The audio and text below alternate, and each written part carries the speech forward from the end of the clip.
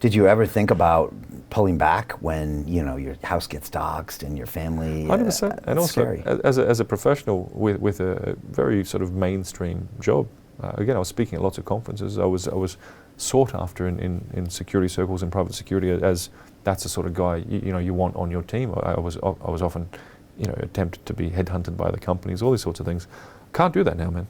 There's no way I could work as a security professional now, having gone out and vouched for my brothers the way I did. But also, don't care.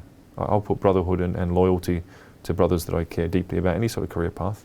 I can find a way to eat, I'm fine. What do you think the future role of the Tates is?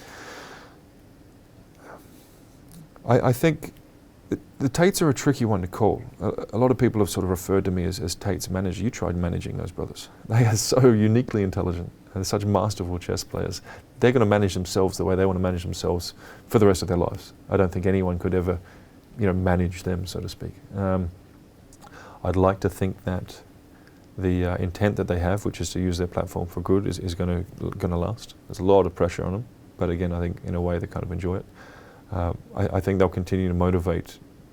At this point, it's tens, if not hundreds of millions of young men to be better humans, to work harder, to be more motivated, to be more disciplined, to avoid drugs, to avoid wasting a life, as so many people do, as the system sort of wants you to do. Reject the porn addiction, which impacts so many, especially younger men.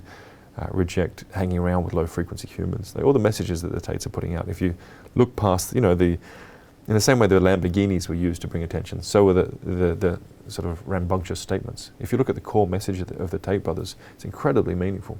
So I believe the future for them is to continue to impact hundreds of millions of predominantly young men to be more productive, more capable, more disciplined humans, to look after their people better. I think it's a very honorable thing. Yeah, it's tricky in media because, without the sizzle, no one will eat the steak. And, without the cutting through, it's an attention economy. If you don't get people's attention, you could have the greatest message in the world and it won't matter. So that's this dichotomy that you see with a lot of these people. And with Andrew, if you take everything too literally, you can criticize it. But if he never had those shock moments and those shock statements, I still remember when the Andrew Tate video started going around, and I remember what's the dude with the sunglasses on saying these things? And I remember the sound bites, and I remember it coming over a wave, like when I was in London. And everywhere, right? Yeah, it was everywhere. And then but then I started watching him, and it took about 10 watches or 12 watches till I could see there was something else there. Definitely. At first, it just seemed like another yapping guy, and I thought he was from Miami or something. And then I realized, okay, there's something there, and there's a character there. And then that's where the message gets in. There's the Trojan horse. And it's all by design. It's 100% orchestrated, which is quite a miraculous thing. That's amazing. And also the Tate, when the camera isn't on, again, it's God as my witness. I have not seen him be rude to one person ever.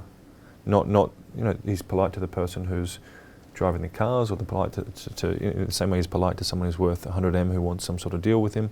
He is very grounded, very respectful, very, very socially aware, and kind-hearted and giving to people. So when the camera comes on, he can do what he needs to do, and he's very good at it. But people who want to try and think that that's his true nature, spend some time with him. Actually talk to people who've spent time with him. Hey, I know investing in crypto is scary. It takes a real leap of faith because there are so many scams, rug pulls, and bad actors out there. It's a dangerous business, which is why 95% of people lose all their money. Well, that's why I created the London Real Investment Club, so you can access the hottest deals on the planet and use the crypto bull market to create the generational wealth that you deserve. Join my team of over 100 people from around the world that are making millions of dollars behind the scenes investing in blockchain, AI, Web3 games, DeFi, Bitcoin, and more. Don't miss out. Click the link below to book a call with one of my team now. But hurry, this bull market will end soon.